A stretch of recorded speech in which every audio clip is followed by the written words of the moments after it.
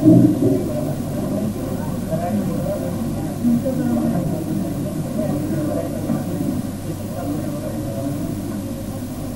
अध्यक्ष त्याचप्रमाणे एक 15-20 दिवसापूर्वी ओळख झालेले आणि त्यांनी संपूर्ण हे फंक्शन तुमचं घडून आणले असे डॉक्टर पाईस्कर इतर मान्यवर व्यक्ती की आता मी पाहिले या ठिकाणी तुम्ही 3 दिवस या ठिकाणी आहात, तुमचं शिबिर चालू होतं, तुम्हाला शिबिराला संपूर्ण माहिती दिली असेल. मी त्या छोट्या पाटलाचं भाषण ऐकलं आणि असं वाटलं की आपण कदाचित भाषणात कमी पडू की काय. या ठिकाणी हा संपूर्ण कार्यक्रम उपक्रम घेतलेला आहे. 1981 सालापासून ही संस्था काम करते. मला पण आनंद वाटला. आम्ही कुठेतरी मागे आहोत असं वाटतं. आम्ही राजकारणी लोक, राजकारणात आम्हाला विचारलं तर आम्ही सहज चर्चा संपून जाऊ. महानगरपालिकेचा विषय निघाला तर या ठिकाणी डॉक्टर साहेब आपली ही संस्था काम करते. महानगरपालिका सहाय्यक अनुदान देतात, त्या समितीवर मी आहे. आपल्या संस्थेला त्याची मदत करावी. त्या 3 वर्षाचे तुमचे हिशोब पाठवावे. आताच पाठवण्याची वेळ आहे. तर आता जे येईल ते पुढच्या वर्षाकरता तुम्हाला अनुदान मिळेल आणि त्याकरता तुमचा जमा खर्च काय असेल. आता तुम्ही तर संपूर्ण फुकटच करताय, खर्च जास्त जमा कमी. आता संपूर्ण प्रचार मी पाहिला आणि या ठिकाणी ॲम्ब्युलन्सचं उद्घाटन करायला मला मिळालं. मी भाग्य समजतो की जी डॉक्टर मंडळी संपूर्ण आहे त्यांच्या मंडळी संपूर्ण माझ्या रुग्णांची सेवा करण्याकरता रुग्णवाहिकेचं उद्घाटन केलं. जास्त कोणी आजारी पडू नये, परंतु अपेक्षा ही पडलं तर त्यांना ताबडतोब ती रुग्णवाहिका मिळाली पाहिजे या अपेक्षेने या संस्थेने संपूर्ण रुग्णवाहिका खर्च केलेला आहे. आणि म्हणून मला डॉक्टर साहेब म्हणत आहेत की वेळ म्हणून आमचे मुख्यमंत्री मिळतील का. कारण नेमकं नागपूरला अधिवेशन चालू होतं आणि नागपूरला संपर्क साधल्यानंतर आमचे जोशी साहेब त्या ठिकाणी मला भेटलेच नाही. म्हणजे आले पुन्हा गेले. आता संपूर्ण प्रकार चालू होता आणि आपल्याला माहिती आहे की गेल्या 15 दिवसापूर्वी एक शांती चळवळ होती जी सुप्रीम कोर्टाचं जजमेंट येणार होतं, त्याच्यात संपूर्ण ते गुंतले होते. आणि डॉक्टर साहेबांकडे मी 15 दिवसापूर्वी एक पेशंट म्हणून आलो. माझ्या मिसेसनाने मला घेऊन संपूर्ण आम्ही दोघे आलो. स्त्री अंकामध्ये मी संपूर्ण वाचलं होतं की असं असे डॉक्टर आहेत की त्यांनी संपूर्ण या रुग्णांना गोळ्या न देता, औषध न देता संपूर्ण बरे करतात. मला जरा हायचं वाटलं. कारण मगाशी पाटलांनी सांगितलं या ठिकाणी भाषण करताना की ज्या संपूर्ण पेन किलरच्या आम्ही गोळ्या घेतो की घेऊन किती घ्यायच्या, शेवटी एखादी साईड इफेक्ट पाहिजे, कदाचित डोळे जायचे, कदाचित दुसरं व्यक्त तयार व्हायचं. असं संपूर्ण याच्यात असतं. मी डॉक्टरांवर टीका करतो अशातला प्रकार नाहीये, परंतु हे तात्पुरता उपाय होतो. पूर्ण उपाय करण्याकरता आपण व्हा आपले डॉक्टर. हे जे संपूर्ण ह्या मासिकामध्ये मी वाचलं त्याच्यावर असं वाटतं की आपण आपले डॉक्टर होऊ शकतो. आपण आपल्या संपूर्ण आरोग्याची आपण काळजी घेतली पाहिजे. तर ही काळजी आपण घेत नाही म्हणून आपण डॉक्टरांना वेळ म्हणतो. आपण ही काळजी घेतली वेळेवर तर आपल्याला डॉक्टरकडे जायची गरज नाही. आपणच आपले डॉक्टर बनू शकतो. विशेषतः मी पहिलं त्यांचं वाचलं की दातांची निगा राखण्याकरता 32 संपूर्ण त्यांनी दाखवलेले आहेत. काय काय करायला पाहिजे, कसं करायला पाहिजे हे संपूर्ण वाचल्यानंतर खरोखर मग आपले दात पडतील का. आपण जास्त गोड खाल्ल्यानंतर कॅडबरी लागतं. काही मुलं आता कॅडबरी खात आहेत आणि मग थोड्या दिवसात त्यांची दाढ केली म्हणून सांगतो आपण किडनी जाते. ती का किडनी जाते. आज टीव्ही माध्यमातून आपल्याला संपूर्ण ही माहिती मिळते की किडल्यानंतर पुढचं काय करायचे संपूर्ण नवीन ऍडव्हर्टाईज मध्ये आपण पाहतो. पण या ऍडव्हर्टाईज मध्ये जे पाहतो त्यापेक्षा आपण अनुभवायचं हे वेगळं असतं. आणि त्या दृष्टिकोनातून या ठिकाणी आपण या ठिकाणी संपूर्ण शिबिरामध्ये आलेले मिळणाऱ्या आमच्या भारतामधले डॉक्टर मंडळी आहेत. मी खरोखर त्यांना एवढंच सांगेन की आपली सेवा आपण करता ती सेवा फार योग्य आहे आणि महान आहे. तर या संपूर्ण सहजासहजी मानवाची सेवा करण्याकरता आपला खरा जन्म झालेला असतो. आपला जन्मच मुळात असा झालेला असतो की पुनर्जन्मावर कदाचित काही लोकांचा विश्वास नाही. पण या ठिकाणी माझ्या अगोदरच्या वक्त्यांनी सांगितलं पुनर्जन्माचा विश्वास आहे. सावरकरांना पण सावरकरांनी पण स्वतः सांगितलं. लोकमान्य टिळकांनी सांगितलं की पुनर्जन्म पुनर्फेस म्हणजे जी संपूर्ण लावली त्याला शिक्षा नोंदवली त्यावेळेस इंग्रज सरकारला त्यावेळेस तरी त्यांना सांगितलं होतं की तुमचा पुनर्जन्मावर विश्वास आहे. आम्हाला वाटलं की या ठिकाणी आमची परकी सरकार आहे त्यांचा विश्वास नसेल पण त्यांचा पुनर्जन्मावर विश्वास आहे. कदाचित आपलाही पुनर्जन्म तसाच झाला असेल. या ठिकाणी मानव सेवा करण्याकरता मानवांची सेवा करण्याकरता समाजाची सेवा करण्याकरता आणि ती करता करता देशाची सेवा करण्याकरता अशा पद्धतीचं आमचे डॉक्टर बाईस्टर आज संपूर्ण फॉरेनला जाऊन आले नवीन श्रीलंकेला जाऊन आले. ज्या ज्या ठिकाणी ते जे गेले त्यांचं संपूर्ण जे काही उद्दिष्ट त्याला साध्य करायचे जे त्यांना आकलन बुद्धी झालेलं आहे ते संपूर्ण त्या ठिकाणी उपचाराच्या दृष्टिकोनातून त्यांनी संपूर्ण दाखवण्याचा प्रयत्न केलेला आहे. तशीच आपण म्हणजे आपला उपयोग त्या ठिकाणी करून घ्या असं मला वाटतं. कारण डॉक्टर भिडे डॉक्टर राणे या ठिकाणी आमचे गुजरातमधून आलेले डॉक्टर मंडळ आहे की निरनिराळ्या विभागात आपण काम करता आणि त्या त्या ठिकाणी त्या त्या समाजाचा त्या त्या संपूर्ण राहणाऱ्या रहिवाशांचा आपला संबंध येतो. त्यावेळेस मानव हाच संपूर्ण आपण जर मानला की या ठिकाणी जात पात धर्म विसरून आपण डॉक्टर मंडळी काम करतो. आपण डॉक्टर मंडळी हे पाहत होता की आमचाच धर्माचा माझ्याकडे पेशंट आला पाहिजे रुग्ण आला पाहिजे असं नाही. आजारी कोण पडेल सांगता येणार नाही. मी रुग्णवाहिकेचं उद्घाटन केलं ते उद्घाटन करताना मला वाटतं की या ठिकाणी आमचा आजारी पडेल असं वाटेल का असं नाही. कोणी आजारी पडू शकतो त्याला जर रुग्णवाहिका उपयोग होऊ शकतो आणि अशा करता रुग्णवाहिका ताबडतोब वेळेवर मिळाली पाहिजे. कारण मुंबई शहर इतकं मोठं आहे की त्या ठिकाणी वेळेवर हॉस्पिटलला पोहोचणं सध्या ट्रॅफिक इतकी झाले एअर पोल्युशन वाढलेलं आहे आणि त्यामुळे संपूर्ण आपल्या आरोग्याला धोका निर्माण झाला. या एअर पोल्युशन पासून डॉक्टर साहेबांना बचाव कसा करायचा या दृष्टिकोनातून आपण थोडंसं आम्हाला आपले डॉक्टर आपण व्हा या पुस्तकात मासिकात थोडीशी माहिती दिली काही डॉक्टर मंडळी तर अधिक उपयोगी होईल. कारण संपूर्ण जीवनच आमचं आहे. आम्ही घराची गुलाम पडलो. सकाळी 8 वाजता पळायला पाहिजे ऑफिसमध्ये अमुक वेळेला गेलं पाहिजे मस्तरवर सही केली पाहिजे नाही केली तर आमचा लेट मार्क होणार. नेहमी गाड्या लेट होत आहेत म्हणून त्या ठिकाणी आम्हाला बॉसचं संपूर्ण ऐकावं लागतं अशी परिस्थिती आहे. आणि या धक्काधक्कीच्या काळात आपण काम करतो. मुंबईत नवीन इतर ठिकाणी जी शहरं मोठी आहेत मग कलकत्ता असं इतर शहर आहे त्या शहरामध्ये ही परिस्थिती आहे. कारण इतकं संपूर्ण हे वाढलेलं आहे आणि अशा संपूर्ण मग आपण काम करतो संपूर्ण घराचे गुलाम बनून आपण स्वास्थ्य आपलं बघत नाही जास्त काम करतो आणि आजारी पडतो असा एक प्रकार होतो. काही वेळेस खाण्याने आजार येतो जास्त खाणं जे मिळेल ते खा बघायचे नाही का उपचार करायचे नाही का बघायचे ना आपण त्याच्यात आणि अशा पद्धतीने आपण संपूर्ण हे करत असताना आपल्याला शेवटी डॉक्टरांचा सल्ला घ्यावा लागतो डॉक्टरांकडे जावं लागतं आणि मग मेडिकल ट्रीटमेंट चालू होतात. तरी होऊ नये असं वाटतं की ही संस्था फार चांगल्या रीतीने काम करते. एक संस्था जी आहे त्या संस्थेने जो संपूर्ण उपक्रम घेतलेला आहे की जी त्यांची संपूर्ण उद्दिष्ट आहे ही उद्दिष्ट सफल करण्याकरता समाजातील सर्वांगीण लोकांनी त्या ठिकाणी मदतीला आलं पाहिजे मदत केली पाहिजे. त्यांच्याकडे बघण्याचा दृष्टिकोन बदलला गेला पाहिजे. मला छोट्या पाटील या ठिकाणी भाषण करताना सांगा मला अनुभव 3 दिवसात बरेचसे आले की जे मला ज्ञान अगोदर मिळालं त्याच्या दृष्टीने या ठिकाणी 3 दिवसाच्या शिबिरात मला माहिती मिळाली की असंच संपूर्ण या मुलांवर थोडासा पगडा निर्माण झाला पाहिजे बुद्धिजीवी लोकांकडून की त्यामुळे या मुलांवर एक निरळ संस्था येईल. कारण नाही तर सध्या या टीव्ही माध्यमातून रात्री 1-1 वाजेपर्यंत टीव्ही चालू असतात ते निरनिराळे कार्यक्रम या माध्यमातून काही कार्यक्रम आपल्याला देता येतील का. आणि म्हणून डॉक्टर साहेबांना आमचे या ठिकाणी मुख्यमंत्री हवे होते की या ठिकाणी आमचा एखादा आमचा मंत्री महोदय हवा होता म्हणून सध्या कालच अधिवेशन संपले आणि निरनिराळे कार्यक्रम प्रत्येकाचे लागले आहेत. गजाभाऊ येथील म्हणलं गजाभाऊ या भागातले आहेत त्यामुळे मी अपेक्षेने आलो होतो गजाभाऊ दिल्लीकडे या ठिकाणी येतील. बरेच दिवसात मंत्री झाल्यानंतर 2-3 वेळा भेटी झाले पण जवळपासून गप्पा गोष्टी मारता येतील पण ते शक्य नाही. मी स्वतः लेट आलो कारण शेवटी आरे कॉलेजमध्ये माझी गाडी बंद पडली. कारण बंद पडल्यानंतर पुन्हा अंतरिक्षा करून गाडी करणं आणि येणं हे बरोबर नाही. माझ्या बरोबरचे माझे मित्र होते म्हणजे काय गेले मला सोडून कार्यक्रमाला वेळेवर येणं हेही शक्य होत नाही काही ठिकाणी अशी परिस्थिती आहे. आणि त्यामुळे या संपूर्ण आपण महागाईच्या काळामध्ये आपण संपूर्ण काम करणारी मंडळ आपल्याला निरनिराळे अनुभव आलेले असतील आणि या अनुभवावरून आपल्याला एवढंच वाटतं की हे सर्व आपण सेवा करण्याकरता जी आपण यंत्रणा उभी केलेली आहे जी संस्था उभी केली की निरनिराळ्या ठिकाणीची संस्था आज कार्यरत होत आहे त्या कार्यरत होण्याकरता आपणही सहभागी व्हावं. मी माझ्या बांधूनला तसा प्रकार करतो कारण शेवटी भावाच्या दृष्टी आपण म्हटलं एवढं लहान नावाला कशी नाही जागा काय होईल त्या ठिकाणी आमचे रुग्ण अनेक आहेत.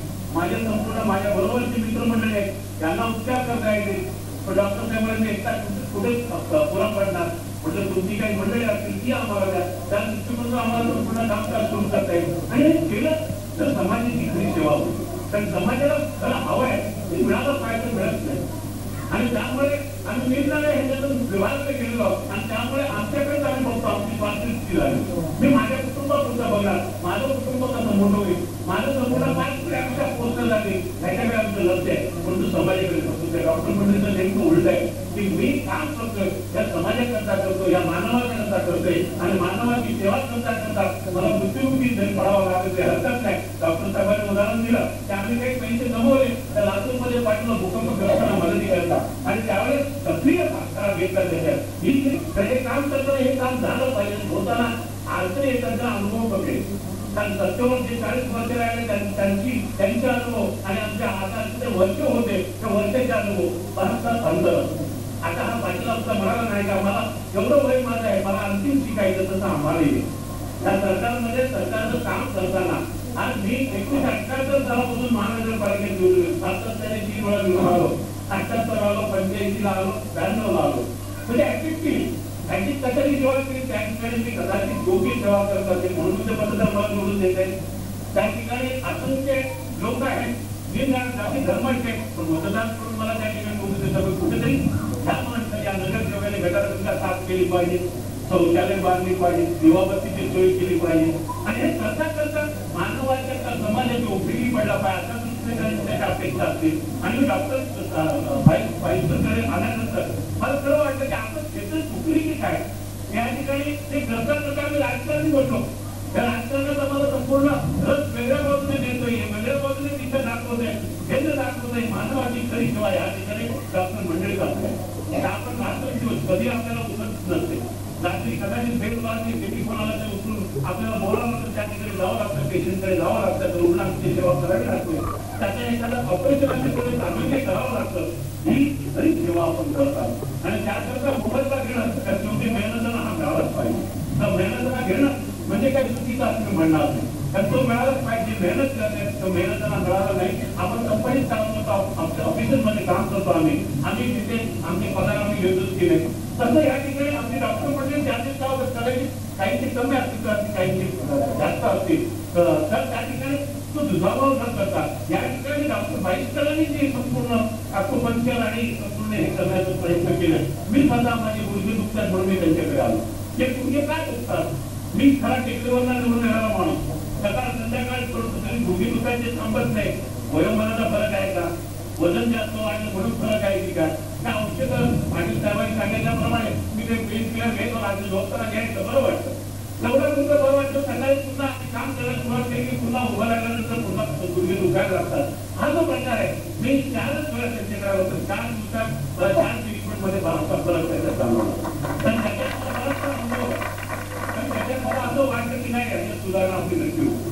70 वेळा डॉक्टर साहेब यायला म्हणतात, 70 वेळा भांडून बोलणार काजूला यायचं आणि संपूर्ण कामकाज सोडून तरी त्यांच्या शेवटी मानवाची सेवा करता करता त्या ठिकाणी माझ्या मतदारांची सेवा करायची असेल, माझ्या संघटनेची संपूर्ण कामगिरी बजावायची असेल तर मला या ठिकाणी डॉक्टरांच्या सल्लानुसार वागलंच पाहिजे. डॉक्टरांकडे 70 वेळा आलंच पाहिजे आणि जे काय मला होते ते नष्ट केलं पाहिजे. आणि आता तुम्ही प्रत्येकाने आपण ठरवलं त्या मुलाचं उदाहरण संपूर्ण आमच्या त्यांनी दिलं की हा मुलगा बरोबर आता आम्ही महानगरपालिकेत नव्हे संपूर्ण भारत सरकारने आपल्या संपूर्ण घेतले. इतर देशाने आपल्याला मदत करायचं ठरवलेलं आहे की या ठिकाणी जे पोलिओचे पेशंट आहे, पोलिओ हातात प्रमाणे पोलिओचा संपूर्ण निपात करायचा हे नंतर करायचं अशा दृष्टीने आपण 9 डिसेंबर आणि 20 जानेवारी हे 2 दिवस मुख्यमंत्री केले. वयोगट 0 पासून 3 वर्षापर्यंत यांना पोलिओचा डोस दिलाच पाहिजे आणि अशा दृष्टीने संपूर्ण ज्या ज्या ठिकाणी काम करणारी मंडळी आहे ती काम करते. बराचसा चांगला अनुभव आला की त्या ठिकाणी हॉस्पिटलमध्ये आमच्या संपूर्ण नर्सेस, आमचे संपूर्ण सेवक, आमचे संपूर्ण हॉस्पिटलमधील नवे कार्यकर्ते, समाजसेवक पण यांना पाठवून संपूर्ण नावाला वगैरे नोंदवली.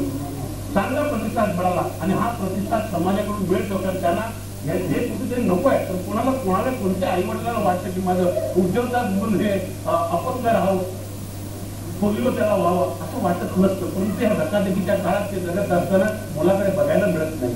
तर शेवटी नोकरी केली पोट तर भरलं पाहिजे, दिवसभर पोट करण्याकरता आज संपूर्ण काही मंडळी असे आहेत की सकाळी उठते रात्री जात आहेत, रात्री कधी येतात ते लहान मुलांना माहिती नसतो, तो पालक कधी येतो, आपले वडील कधी येतात माहिती नाही, आठवड्यातून एखादी सुट्टी असेल तेव्हा ते वडील त्यांना भेटतात.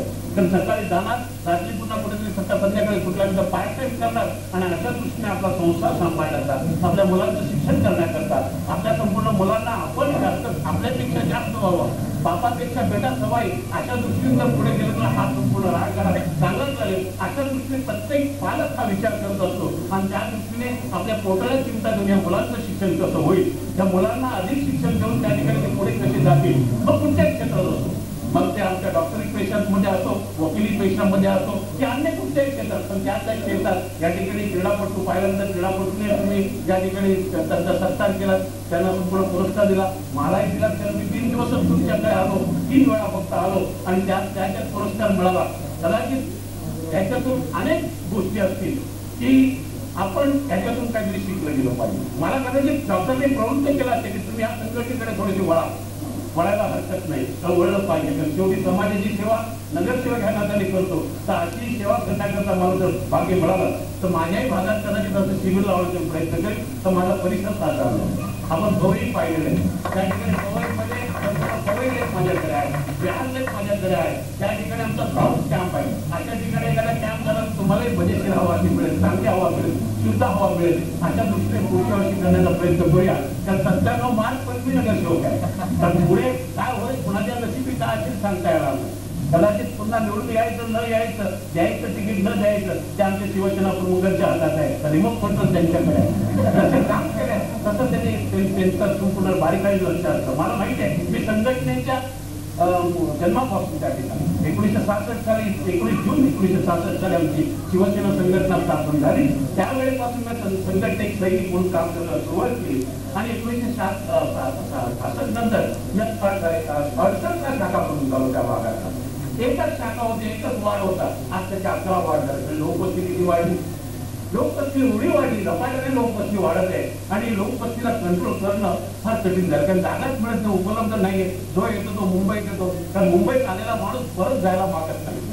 तर या ठिकाणी कुठच्या मार्गाने भरता येतं, मग आभार कष्ट करा, मोलमजुरी करा, कसंही करा, पण भरलं जातं. इव्हन तुम्ही पाहिलं असेल, आता मी टीका करतो अशातला प्रकार नाहीये, परंतु जर भिकारी पाहिलं तर भिकारी आता तुम्ही चाराने टाकलं तरी तो नाखूच असतो, त्याला रुपया हवा असतो. किंवा आता रुपयाचं अवमूल्यन झालेलं आणि अवमूल्यन झालं त्यामुळे त्यालाही कळतं की माझं संपूर्ण असं झालं पाहिजे, मग तो टोल वापर करत असतो. पण थोडी दिवसासाठी जर 50-60 रुपये घेऊन जातो सकाळ संध्याकाळ, आणि मुंबईची परिस्थिती.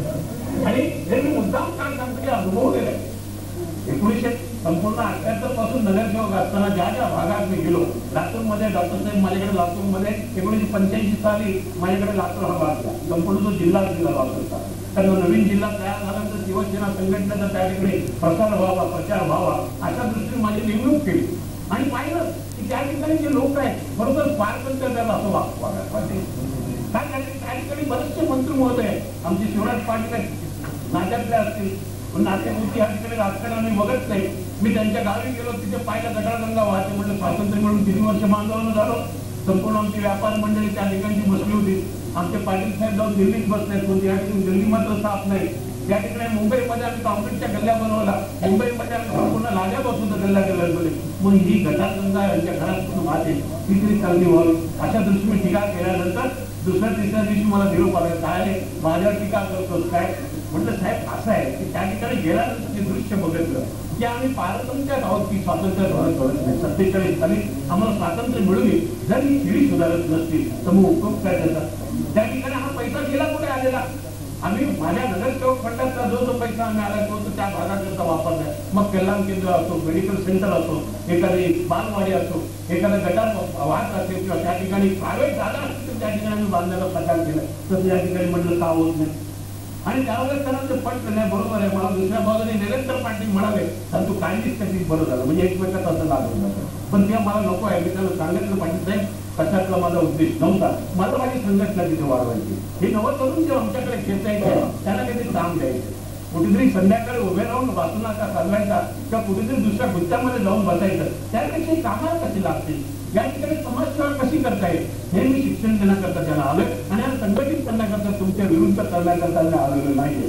हे स्पष्ट सांगितल्यानंतर म्हणजे तुमच्या योजना बऱ्याचशा ऐकल्या, भाषणातून तुम्ही सांगितलं की हे करायचं, असं करायचं, असं जाऊन असं करायचं वगैरे सांगितल्यानंतर आम्हाला पटलं की नाही, काहीतरी काँग्रेस असा अभ्यास करून आलेला माणूस आहे. म्हणजे या ठिकाणी अभ्यासाचा प्रश्नच नाही. त्या खेड्याचा जर अभ्यास केला, हे खेडं कधीपासूनच आहे, त्या खेड्याला काय पाहिजे काय नको आहे, तर लोकवस्ती कमी असताना पण त्या ठिकाणी जर सुधारणा नसतील तर मग कसं व्हायचं. तसं हा स्टुडंटचा आहे किंवा हे तसं तुमचा डॉक्टर मंडळीचा आहे. तुम्ही ज्या ज्या ठिकाणी जर खेड्यात जाल तर त्या ठिकाणी तुम्हाला उकिरडा हा दिसणार.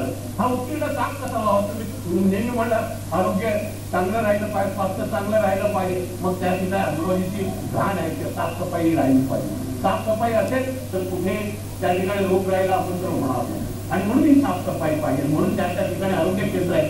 आरोग्य केंद्रावर जे काम करणारे आमचे डॉक्टर मंडळी त्यांनी थोडंसं त्या ठिकाणी आमच्या मंडळींना किंवा त्या रहिवाशांना त्या ठिकाणी राहणाऱ्या लोकांना हे प्रशिक्षण दिलं पाहिजे की नाही हे तुम्ही खतम करा. माझं मी घर साफ करून काय करतो आम्ही नेहमी कचरा मात्र आमच्या गटारात ठेवतो, डस्टबिन बनवले कचरा कुठे बनवले गटार.